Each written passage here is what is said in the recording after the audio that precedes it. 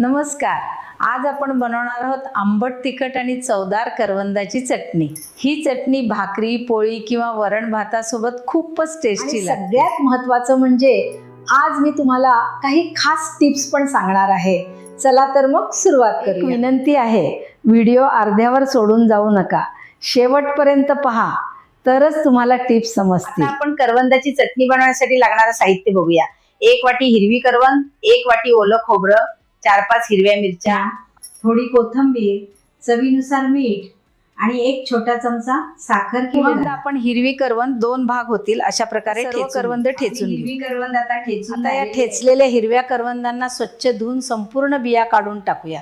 आता आपली पहिली टीप आहे, बिया काढून चीक धुतला नाही तर चटणी तुरट. मिक्सर मध्ये ठेचलेली हिरवी करवंद, ओलं खोबरं, मिरच्या, लसूण, कोथिंबीर आणि मीठ घाला आणि मिक्सर मध्ये बारीक वाटून घ्या. लक्षात ठेवा, चटणी थोडी जाडसर ठेवली तर चव खूप छान लागते.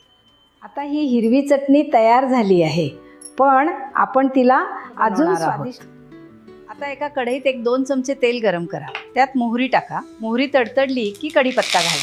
ही गरम फोडणी वाटलेल्या चटणी तयार हिरव्या चटणीत साखर किंवा गूळ घाला आणि नीट मिक्स करा. आता या हिरव्या करवंदाच्या चटणीची चव बघा आणि गरज असेल तर मीठ ऍडजस्ट करा. बस तयार आहे आपली झणझणीत हिरव्या करवंदाची चटणी. आता काही महत्वाच्या टिप्स. करवंद खूप आंबट असतील तर साखर किंवा गुळ जास्त घाला. चटणी पातळ करून जास्त घातला तर चव अजून वाढते. फ्रेश कोथिंबीर वापरा, फ्लेवर खूप छान येतो. फोडणी दिली तर टेस्ट डबल. करवंदाची चटणी फ्रीज मध्ये 2-3 दिवस टिकते. ही चटणी तुम्ही भाकरी, पोळी किंवा वरण भातासोबत सर्व करू शकता. खूपच टेस्टी. चटणी तुम्ही कशासोबत खाणार कमेंटमध्ये नक्की सांगा.